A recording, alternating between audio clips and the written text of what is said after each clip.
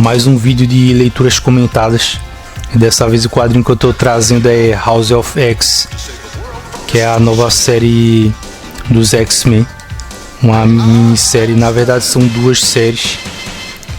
E eu não sei se aqui no Brasil ela vai receber o título de Dinastia X, mas foi assim que o pessoal do site onde eu li, que eu li por scan, intitulou a revista.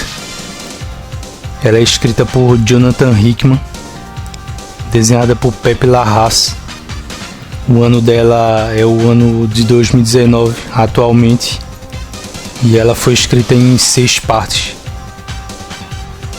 Antes de começar a falar sobre o quadrinho e comentar, eu tenho que dizer a vocês que faz um bom tempo que eu não leio quase nada dos X-Men. Então não julguem muito o que eu vou dizer aqui, as minhas impressões, por questão de conhecimento, porque eu tenho pouco em relação a esses personagens ou sobre a situação atual deles. Então esse comentário, como eu já havia dito, vai ser pura e simplesmente baseado nas minhas impressões. E como eu sempre digo, não usem esse vídeo como referência para julgar de verdade a qualidade da revista futuramente quando você for fazer uma possível compra, porque isso aqui não é um review, é só um comentário em cima da leitura que eu fiz do quadrinho. Essa história ela trata da mudança de decisão do Charles Xavier. Todo mundo sabe que há muito tempo atrás, na fase do Grant Morrison ainda, que foi a fase que eu li inteira dos X-Men, faz muito tempo e eu não havia lido nenhuma outra fase deles completa. Os Sentinelas destruíram a cidade de Genosha, e eu acho que eles contabilizaram 16 milhões de mutantes que foram mortos. Então o Charles Xavier ele decide acolher todos os mutantes na ilha de Krakoa, que é uma ilha viva, e criar uma espécie de estado, um país onde somente mutantes poderão viver. Ele faz isso em parte tendo como base as memórias e os relatos da Moira MacTaggert, que é a doutora lá que sempre auxiliou o Xavier com os mutantes para tomar essa decisão. Em relação aos roteiros, a gente pode perceber o seguinte: ele põe alguns textos no meio do quadrinho, o que eu acho que é uma coisa válida, mas dependendo do quanto o escritor resolva colocar de texto, fica uma coisa bem chata e acaba quebrando o ritmo da história. Eu já li outros quadrinhos também que isso acontece, como por exemplo o Inescrito. O Mike Carey faz isso durante toda a série, e também o Alan Moore. Há muito tempo ele pegou esse costume de colocar muito texto, e ele coloca bastante mesmo no meio dos quadrinhos que ele escreve, ou escrevia, porque ele se aposentou dos quadrinhos. E eu acho isso meio chato e meio que quebra o ritmo do quadrinho. Outra ideia interessante que ele traz, ou pelo menos curiosa nesse caso, sobre a personagem Moira, é que ela na prática sempre foi uma mutante, pelo que o roteiro descreve. E essa história é meio estranha, porque eu acho que isso vai servir mais para zonear as histórias e a cronologia de X-Men do que contribuir com alguma coisa, porque em momento algum da revista eu consegui perceber se eles explicaram o porquê de o Xavier nunca ter identificado ela como mutante, ou se o próprio poder dela de alguma forma torna ela imperceptível a isso. Não sei até onde ele vai levar esse conceito, mas eu achei um tanto quanto forçado, e acaba funcionando meio que como uma retcon, porque é desse princípio que a ideia parte. Essa coisa de dizer ela sempre foi mutante, isso meio que vem daquela ideia de que se os roteiristas não podem criar muitos personagens novos porque isso implica em direitos autorais, eles acabam reutilizando personagens que já estão lá dentro daquela lista de personagens de coadjuvantes da revista para tentar inventar alguma coisa. No caso, essa ideia de a Moira sempre ter sido mutante, mas eu não achei isso uma ideia lá muito natural de se aplicar. Outra questão em relação à ideia do Xavier ter mudado sobre os conceitos dele de como os mutantes devem viver no mundo. Eu acho que o fato dele ter decidido isolar os mutantes é uma espécie de regressão, e isso só piora tudo. Eu não sei que eventos proporcionaram esse tipo de ponto em que o personagem chegasse a isso, porque, como eu já disse, eu não acompanho os X-Men faz tempo, mas eu acho que eles aproximaram muito mais agora o Xavier do Magneto do que das próprias ideias que ele tinha.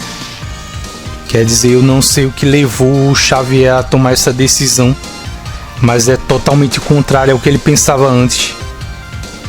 Outra coisa que você pode perceber no mote da história é que desde muito tempo alguns roteiristas insistem em ficar meio que disfarçadamente ou não comparando o preconceito que os mutantes sofrem com o preconceito a homossexuais e coisas do tipo. Eu acho isso uma ideia meio velha, meio batida e repetitiva. Vocês podem perceber isso até antigamente nas histórias do Grant Morrison, e eles fazem isso meio que para validar a causa dos personagens, sendo que o Xavier ele se aproxima hoje em dia mais da visão segregadora que o Magneto tem. Esse personagem dentro da história ele acaba tendo uma desculpa perfeita para ser tão arrogante e boçal quanto ele sempre foi, porque eles estão mais próximos agora do que nunca tiveram em toda a história dos X-Men, sendo que sempre teve essa separação, essa dicotomia entre o Xavier e o Magneto, e agora eles estão mais ou menos que concordando em quase tudo em relação a o modo como os mutantes devem viver daqui pra frente. E isso acaba gerando meio que um efeito estranho, porque o Xavier convidou a maioria dos mutantes que viviam no mundo para viver em Krakoa, mas é meio estranho você supor que boa parte deles, ou pelo menos a maioria, concordariam em ir para lá, largar a vida aproximada do tipo de vida humana que eles tinham, para ir para um lugar simplesmente pela promessa de segurança. E alguns deles, sendo que eles têm uma mentalidade meio rancorosa em relação aos humanos, muitos deles se comportam como se estivessem num tipo de seita, como se eles estivessem o tempo inteiro tendo que ficar contra e sempre destacar o que existe de pior no ser humano. Tem até um trecho na história em que a personagem Polaris está conversando com o Magneto e ela chega a fazer a seguinte pergunta: será que existe algo de bom na humanidade? Para vocês terem uma ideia do nível de comprometimento que os mutantes têm em se apartarem da humanidade em geral, o personagem Cifra ele chegou a criar um tipo de dialeto próprio para que ele seja falado em Krakoa, e um alfabeto mutante que não é o alfabeto latino usado normalmente, o que é uma coisa sem pé nem cabeça, porque se a maioria daqueles personagens ali, e tem mutantes do mundo inteiro, mas a maioria deles são dos Estados Unidos e falam inglês e foram criados numa cultura americana, por que eles de uma hora para outra iriam substituir a linguagem deles ou a forma de escrita por uma nova inventada do zero? Eu acho que até certo ponto isso é um tanto forçado, porque eles têm um padrão de vida humana, eles sempre tiveram um padrão de vida humana, e de uma hora para outra eles romperam de forma definitiva com a humanidade, ao invés de tentar viver em paz ou viver em comunidade com todo mundo. E isso, o que torna isso mais esquisito é que isso parte do próprio Charles Xavier. É como eu cheguei a dizer, eu não li várias fases anteriores a essa série, e por isso mesmo eu não sei o que pode ter acontecido para levar o personagem a fazer isso, mas que isso é totalmente o contrário ao que o personagem sempre acreditou e representou. Com relação aos diálogos, os diálogos são bons e são diálogos até inteligentes, apesar de relatar aquela postura que eu falei de segregação dos personagens. Mas eles são tanto quanto dispersos e são também, como eu falei, quebrados por aqueles textos que aparecem no meio. Os diálogos também não demonstram muito senso de humor ou conversas pessoais entre os personagens. Às vezes fica até uma coisa meio viciada, porque eles ficam o tempo inteiro falando do quanto eles rejeitam o modo de vida da humanidade e como eles querem viver numa sociedade melhor e mais evoluída para os mutantes. E até certo ponto alguns diálogos transmitem até um tipo de paranoia anti-humana. Algumas conversas entre os personagens mostram até uma certa generalização quando eles estão falando a respeito da humanidade, como se fosse possível todos os mutantes que estão dentro de Krakoa concordarem entre eles ou não terem um mínimo de dúvida em relação ao caráter das pessoas separadamente. Quer dizer, como se ele julgasse a humanidade inteira pelo que aconteceu em Genosha. E apesar dos diálogos ajudarem a dar encaminhamento à história, outro detalhe que eu havia esquecido de citar é que a ação dentro dessa série ela é meio pontuada. Não são em todos os momentos que o Jonathan Hickman ele consegue equilibrar bem entre cenas de pausa e cenas de ação. Então algumas passagens ali vão ficar meio morosas, meio devagares de você ler. Mas o diálogo são bons diálogos e contribuem para a evolução da história. Pela parte dos desenhos, eles são desenhos bem completos. Assim, na forma básica, ele desenha vários objetos e personagens nos quadros do quadrinho, nas cenas. Embora o estilo do Larraz ele não seja lá muito detalhista, mas ele é bem competente. As figuras parecem até sempre ser mais jovens do que os personagens são de verdade. Eu acho que isso é meio que um padrão, uma exigência de quem trabalha com certos personagens, que é retratar eles de uma forma mais jovial para o público que lê quadrinhos. Porque você vê personagens que já tem muita história ali, como o Wolverine, e a própria Garota Marvel está retratada praticamente como uma mulher de 21 anos ou 20 anos de idade. Ela está parecendo muito jovem para quem já é um X-Men veterana, pelo menos no visual do traço do personagem. Ou isso pode ser algum detalhe que eu tenha perdido sobre os personagens, porque vai saber, né? Esses personagens vivem morrendo, voltando, rejuvenescendo, sendo substituídos por clones ou coisa do tipo. Então isso pode ser puramente uma questão de cronologia. As expressões faciais que ele coloca são interessantes e passam a emoção correta para cada cena, casando com o diálogo. Em algumas cenas de ação, os ângulos que ele usa passam uma qualidade e são o ponto alto do quadrinho. Ele também sabe representar bem aqueles padrões de poderes dos personagens de um jeito que fica bonito. Apesar de que a gente sabe que ele usa de efeitos computadorizados e a pintura também ajuda, a pintura digital dá um efeito. Uma coisa que eu percebi no desenho desse cara é que o estilo dele lembra um pouco uma mistura do Rick Leonardi, que também já trabalhou com personagens mutantes, e um pouco com o Stuart Immonen, que é outro desenhista que eu gosto, e ele também tem um traço parecido com o dele. Então não é um traço que se destaca demais entre os melhores desenhistas que você pode ver por aí, mas é um traço bom. É um traço bonito que conduz bem a história e se adapta bem a cada situação do quadrinho. Então o que é que eu posso concluir dessa revista?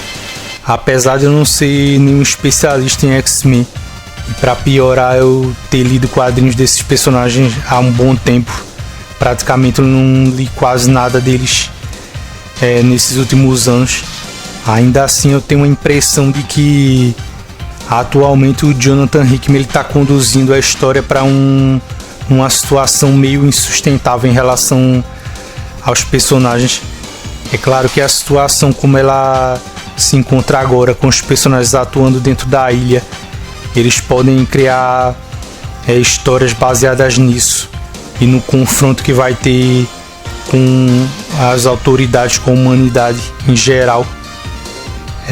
Isso pode gerar conflitos e consequentemente render histórias, mas até quando isso vai durar?